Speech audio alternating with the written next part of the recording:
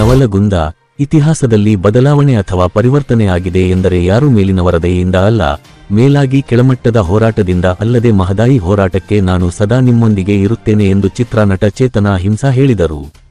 ಪಟ್ಟಣದ ರೈತ ಭವನದಲ್ಲಿ ಮಹದಾಯಿ ಹೋರಾಟಗಾರರ ವೇದಿಕೆಯಲ್ಲಿ ಪಾಲ್ಗೊಂಡು ರೈತರ ವಿವಿಧ ಬೇಡಿಕೆಗಳನ್ನು ಈಡೇರಿಸುವಂತೆ ಆಗ್ರಹಿಸಿ ತಹಶೀಲ್ದಾರ ಮೂಲಕ ಮುಖ್ಯಮಂತ್ರಿಗಳಿಗೆ ಮನವಿ ಸಲ್ಲಿಸಿದರು. ಈ ವೇಳೆ ರೈತ ಹೋರಾಟಗಾರರಾದ ಸುಭಾಸ ಪಾಟೀಲ, ಯಲ್ಲಪ್ಪ ದಾಡಿಬಾವಿ, ಮಲ್ಲೇಶ ಉಪ್ಪಾರ, ರಾಜು ದೊಡ್ಡಮನಿ, ವಿಕ್ರಮಕುರಿ, ರಮೇಶ ಮಲ್ಲದಾಸರ, ನಿಂಗಪ್ಪ ಕೆಳಗೇರಿ ಸೇರಿದಂತೆ ಅನೇಕರು ಇದ್ದರು.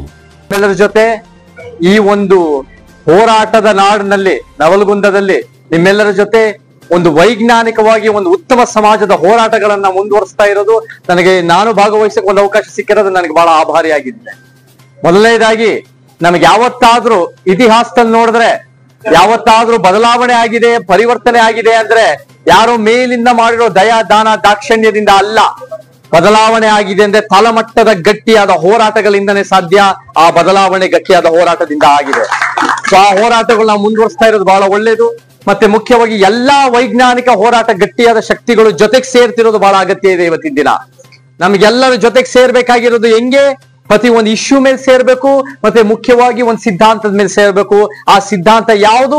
ಅದು ಸಂವಿಧಾನದ ಸಿದ್ಧಾಂತ, ಅದು ಉತ್ತಮ ಸಮಾಜದ ಸಿದ್ಧಾಂತ, ಅದು ಸಮ ಸಮಾಜದ ಸಿದ್ಧಾಂತ.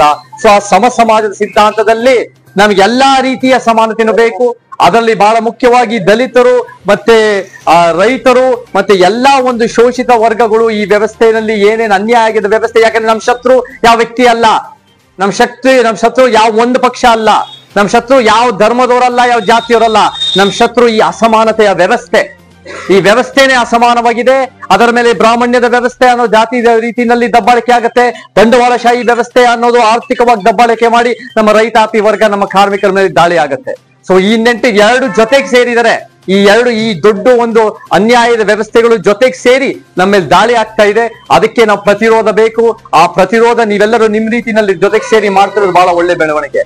ಮೊದಲನೇದಾಗಿ ನಿನ್ನೇನು ಬಹಳ ಬೃಹತ್ತಾದ ಒಂದು ಕ್ರಾಂತಿಕಾರಿ ಪಾದಯಾತ್ರೆ ಅಂತ ಒಂದು ಬೆಂಗಳೂರಿಗೆ ಬಂದಿದೆ.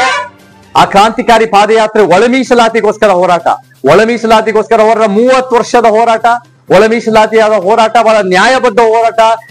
ಯಾವುದೇ ಹೋರಾಟನ ಗುರುತಿಸ್ಬೇಕು ಅಂದ್ರೆ ಅದ್ರಲ್ಲಿ ಎಷ್ಟು ಜನ ಸೇರ್ತಾರೆ, ಎಷ್ಟು ಮೀಡಿಯಾ ಹೆಡ್ಲೈನ್ ಆಗತ್ತೆ, ಎಷ್ಟು ಬಂದ್ ಆಗತ್ತೆ ಅಲ್ಲ. ಒಂದು ಹೋರಾಟ ಗುರುತಿಸ್ಬೇಕು ಅಂದ್ರೆ ಅದು ಎಷ್ಟು ತೂಕವಾದ ಬೇಡಿಕೆ ಇರುತ್ತೆ. ಸೊ ಆ ತೂಕವಾದ ಬೇಡಿಕೆ ನಮ್ಮ ಬಹಳ ಮುಖ್ಯ ಆಗತ್ತೆ. ಆ ತೂಕವಾದ ಬೇಡಿಕೆ ನಮ್ದು ಒಳ ಮೀಸಲಾತಿ ಹೋರಾಟದಲ್ಲೂ ಇದೆ, ಮಹದಾಯಿ ಕಳಸಾ ಬಂಡೂರಿ ಹೋರಾಟಗಳಲ್ಲೂ ಇದೆ. ಸೊ ನಮ್ಗೆ ಮುಖ್ಯವಾಗಿ ಒಳ ಮೀಸಲಾತಿ ಹೋರಾಟದಲ್ಲಿ ಜನಸಂಖ್ಯೆ ಆಧಾರದ ಮೇಲೆ ಪ್ರಾತಿನಿಧ್ಯ ಅನ್ನೋದೇ ಮೀಸಲಾತಿಯ ಪರಿಕಲ್ಪನೆ. ಅದ್ರಲ್ಲಿ ಯಾರಿಂದ ಶುರುವಾಯಿತು ಅಂದ್ರೆ 1881 ಹಂಟರ್ ಕಮಿಷನ್ ಜ್ಯೋತಿಬಾ ಫುಲೆಯಿಂದ ಶುರುವಾಗಿ ಶಾಹು ಮಹಾರಾಜ್, ಕೃಷ್ಣರಾಜ ಒಡೆಯರು, ಬಾಬಾ ಸಾಹೇಬ್ ಅಂಬೇಡ್ಕರ್, ತಂದೆ ಪೆರಿಯಾರ್, ಕಾಂಚೀರಾಮ್ ವರ್ಗು ನಮ್ಗೆ ಜನಸಂಖ್ಯೆ ಆಧಾರದ ಮೇಲೆ ಪ್ರಾತಿನಿಧ್ಯ ಬಹಳ ಮುಖ್ಯ.